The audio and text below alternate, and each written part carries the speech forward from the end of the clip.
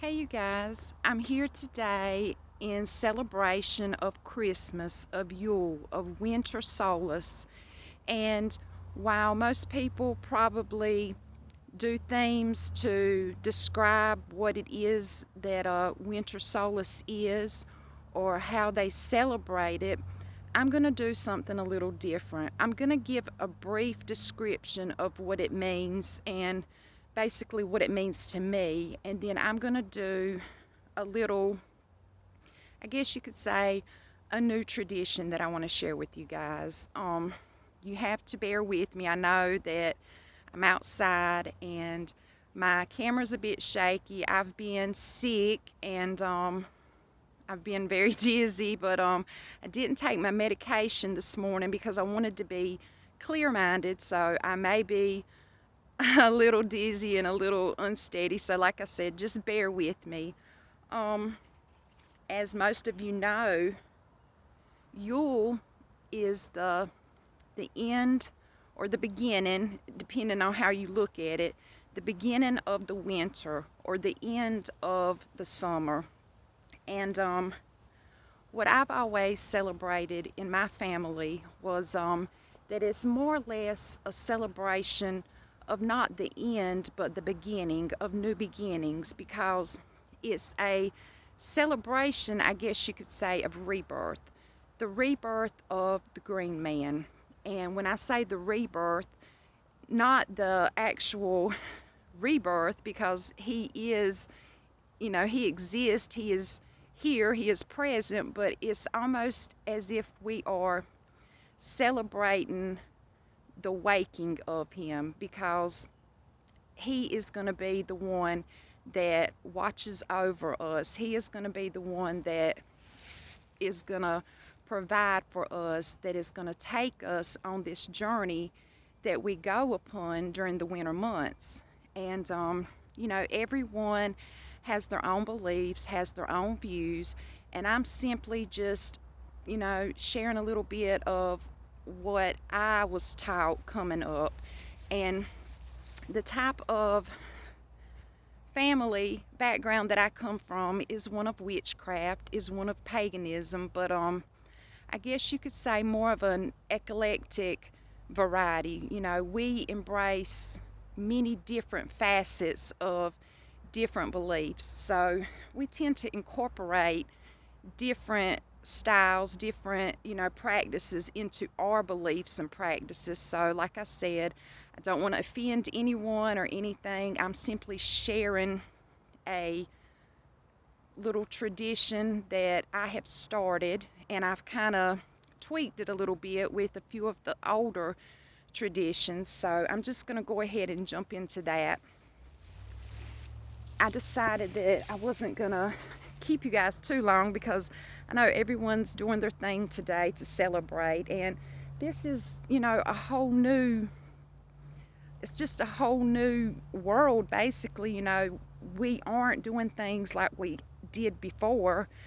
We're still embracing those older beliefs, those older teachings, but everyone has children and families, so this is of new beginnings. You can start your own tradition. You can incorporate your own beliefs and your own, little things that you do with your family into this new tradition that you're beginning.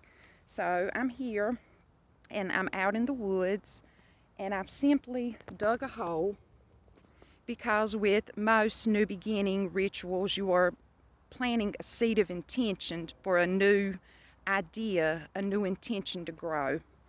And this is basically geared toward my son, which last December he passed away.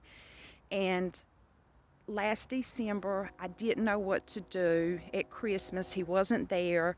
I've got a little shrine that I've made, and it's always up, it's always there all year long, and it's a memorial toward him. But last year I got a Christmas card, and I just wrote and wrote and wrote everything I was thinking and feeling, and I left it there for him. Well, it's Christmas again this year, and I don't have him here with me. So again, I got a Christmas card, and I did the same thing. But the old Christmas card, which I kept up there all year round, I have it now. And what I'm going to do is I'm going to burn it. And this is it. And I've also got a little note that I wrote. This is the envelope. And I'm going to burn that now. But before I do, instead of using a sage or a smudge or a intention spray, I've simply got some of his favorite cologne, and I'm just going to mist that around this area.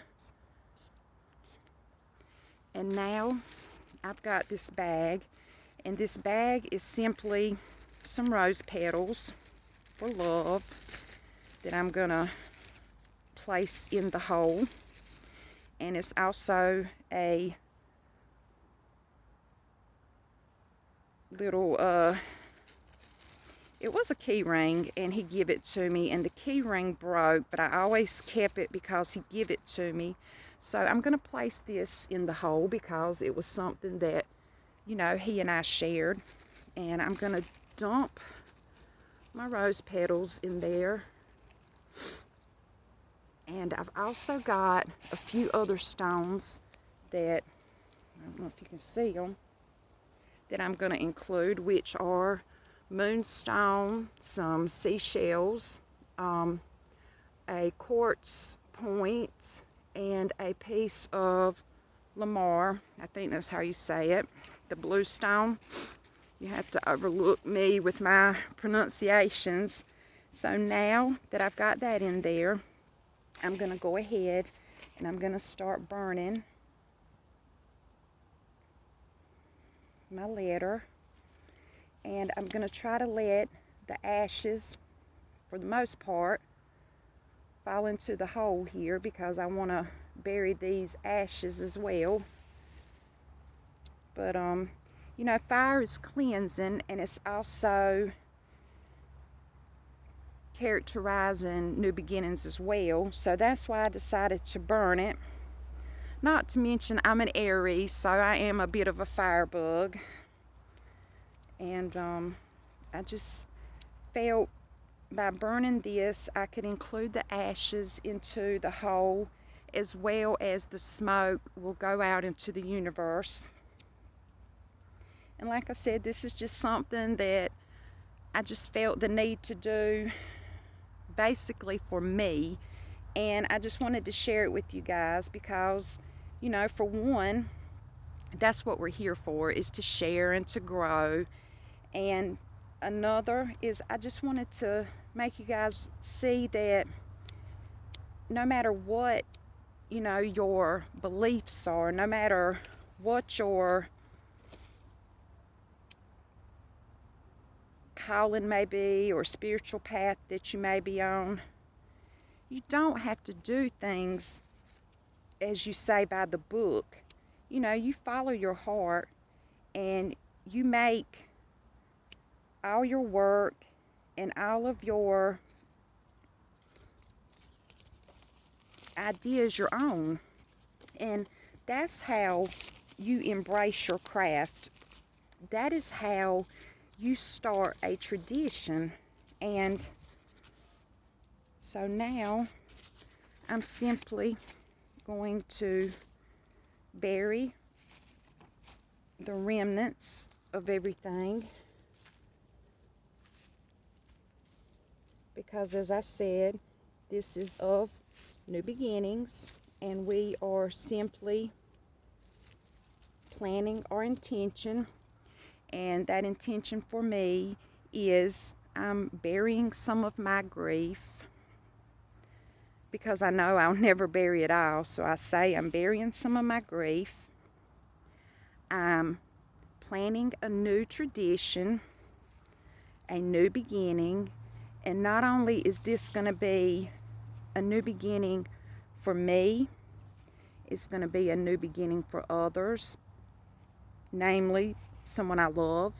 This is going to be a new beginning for my son, because I want him to know that sometimes we allow our grief to trap the ones that we have lost, we tend to trap them here, and they could simply move on, I do believe, but because of their attachment to us and their love for us, when we're sad and we're in turmoil and our grief is just consuming us, I think they feel that as well, and it prevents them from moving on. It prevents them from, see, now I have it buried. It prevents them from following the path of their new journey. And I don't want to hold him back. I don't want to prevent him from going on his journey, on following his calling, because I know even though he's not here with me physically anymore, he will always be in my heart. And just as this world has things in store for me, the next has things in store for him. And this is just a part of life, you know, the circle of life. And funny, the circle. But I did a lot of thinking, and I decided this was what I needed to do. And this is going to be my Christmas tradition each year, is to take the old Christmas card and bury it as an intention spell, you know, planning a new intention, and that is the rebirth, the new beginning. And, you know, that is my Yule tradition, my Christmas tradition. And I think this is going to be something that I'll do each year. And I'm sure next year it will be more personal. It'll be more, you know, private. But this year I just wanted to kind of share it with you guys and just use it to help you see that, you know, you don't have to be that pagan or that witch that practices, you know, directly from a book. You know, you follow your heart and you do what it is you feel is right for you, because all the magic that is yours is within you. And like I always tell you guys, if you believe, you will receive. And I hope you all have a very Merry Christmas and start a lot of new traditions and let them all be filled with love. And I will talk to you guys later. Bye-bye.